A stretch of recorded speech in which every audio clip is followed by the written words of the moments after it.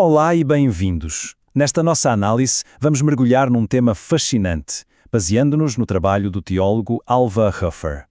Nós já partimos do princípio de que Deus existe, mas agora a questão fica mais profunda. Se Ele existe, como é que Ele é? E é exatamente esta a pergunta que vai guiar toda a nossa conversa.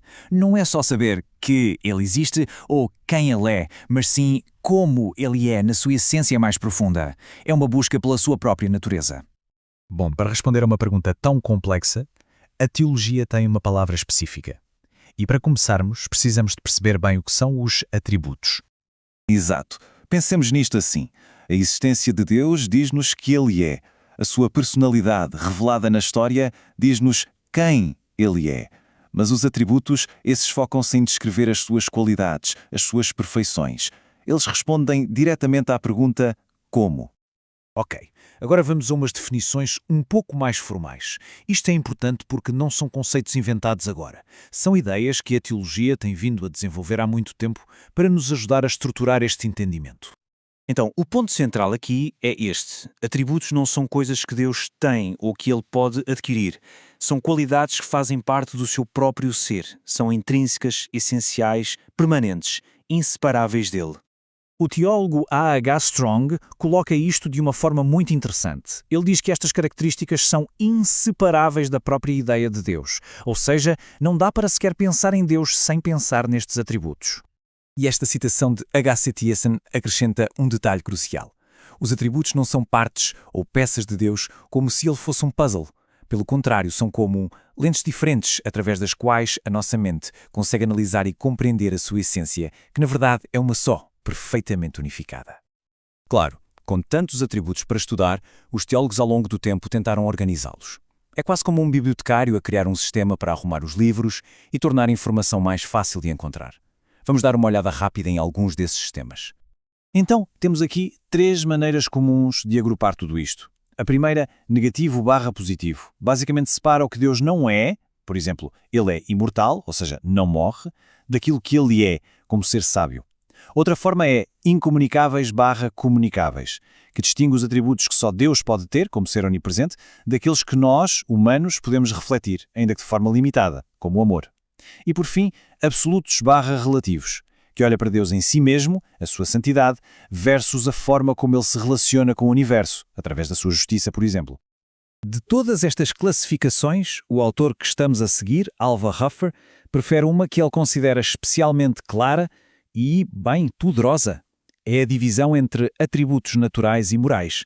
E a analogia que ele usa para explicar isto é simplesmente brilhante. Pensem como descrevemos uma pessoa. Podemos falar das suas características, digamos, naturais. É uma pessoa alta, forte, inteligente. Mas para descrever o seu caráter, a sua essência, usamos atributos morais. É uma pessoa generosa, confiável, gentil. Esta comparação torna a diferença super clara, não é? Então, se aplicarmos essa mesma lógica a Deus, os seus atributos naturais são os que descrevem a sua grandeza fundamental em relação ao tempo, ao espaço, ao poder, coisas como a sua infinidade, a sua eternidade, o facto de ser imutável, a sua onipotência. E depois, claro, temos os seus atributos morais. Aqui, o foco é o seu caráter, a sua personalidade moral. É aqui que encontramos a sua santidade, o seu amor, a sua verdade. São estes atributos que definem a sua relação connosco e os padrões do universo. Mas atenção, este ponto é absolutamente crucial. Estas categorias de natural e moral são para nós, para a nossa compreensão limitada. Em Deus, tudo isto está perfeitamente unido, interligado. Cada atributo afeta e qualifica todos os outros. O amor de Deus não é um amor qualquer, é um amor santo. O seu poder não é um poder qualquer, é um poder eterno. É tudo uma coisa só, indivisível. E isto leva-nos ao nosso conceito final, o culminar de tudo isto. Depois de olharmos para todos estes atributos, o que é que acontece quando os juntamos todos? A resposta é a glória de Deus. Só que há aqui uma pequena reviravolta. A glória não é simplesmente mais um item para adicionar à lista, seja dos atributos naturais ou dos morais. Não. É algo diferente. Algo maior. A glória é, na verdade, a manifestação de todos os atributos a funcionar juntos, em perfeita harmonia. É o brilho, o esplendor radiante que emana da totalidade do seu ser. Não é uma parte, mas sim a exibição deslumbrante do todo. E perceber isto muda completamente a nossa ideia do que significa glorificar a Deus. Nós não estamos a acrescentar-lhe glória, nós estamos a torná-lo glorioso. Ele já é infinitamente glorioso por si mesmo. Glorificá-lo é simplesmente o nosso ato de reconhecer, declarar e celebrar essa realidade que já existe.